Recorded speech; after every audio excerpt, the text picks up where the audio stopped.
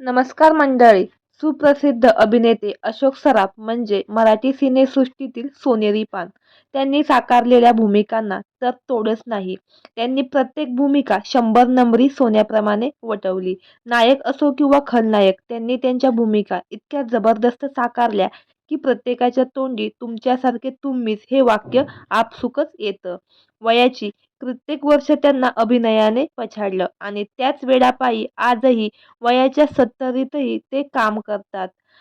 अशोक मामा या मालिकेत ते सध्या झळकत आहेत. मराठीसोबतच त्यांनी हिंदी कला क्षेत्रालाही त्यांची दखल घ्यायला भाग पाडलं. नुकताच त्यांना महाराष्ट्र भूषण हा मानाचा पुरस्कार जाहीर करण्यात आला. त्यावेळी विविध स्तरातून त्यांच्यावर अभिनंदनाचा वर्षाव झाला. त्यांच्या इतक्या वर्षाच्या अप्रतिम कामाची पावतीच जणू त्यांना मिळाली. मात्र एका भीषण अपघातातून मामा थोडक्यात बचावले होते हे तुम्हाला ठाऊक आहे का? तर जाणून घेऊ संपूर्ण माहिती. त्या अगोदर आपल्या चॅनेलला सबस्क्राईब आणि लाईक केलं नसेल तर नक्की करा. 1987 साली अशोक सराफ यांच्या गाडीचा भीषण अपघात झाला होता. या अपघातात त्यांच्या ड्रायव्हरचा जागीच मृत्यू झाला होता. त्यामुळे मी या अपघातातून सुखरूप बचावलं, असं नाही तर हा माझा पुनर्जन्मच झाला आहे, असं ते या घटनेबाबत सांगतात. अशोक सराफ यांच्या मी बहुरूपी या पुस्तकात त्यांनी या घटनेबद्दल लिहिताना कल्पना कौशल यांचे आभार मानले आहे. कारण कल्पना कौशल यांच्यामुळे तेव्हा अशोक सराफ यांचा जीव वाचला होता. अशोक सराफ पुण्यातलं शूटिंग आटपून दुसऱ्या शूटिंगला जाण्यासाठी कोल्हापूरला निघाले होते.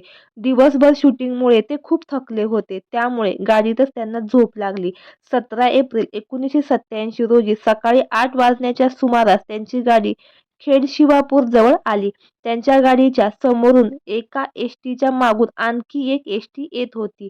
गाडीचा ड्रायव्हर एकच एसटी असल्याने समजून ओव्हरटेक करायला गेला आणि इथे त्यांचा घात झाला. समोरून भरधाव वेगाने आलेल्या ट्रकला त्यांची गाडी जोरात धडकली. या अपघातात अशोक सराफ यांच्या गाडीचा मोठा अपघात झाला. त्यातच गाडीच्या ड्रायव्हरचंही निधन झालं.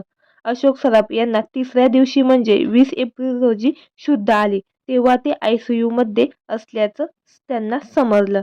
खरं तर गाडीचा अपघात झाल्यानंतर अशोक सराफ यांना तातडीने पुण्याच्या ससून रुग्णालयात दाखल करण्यात आले. मात्र ते बेशुद्ध अवस्थेत होते. 3 महिने उपचारानंतर अशोक सराफ या अपघातातून ठणठणीत बरे झाले.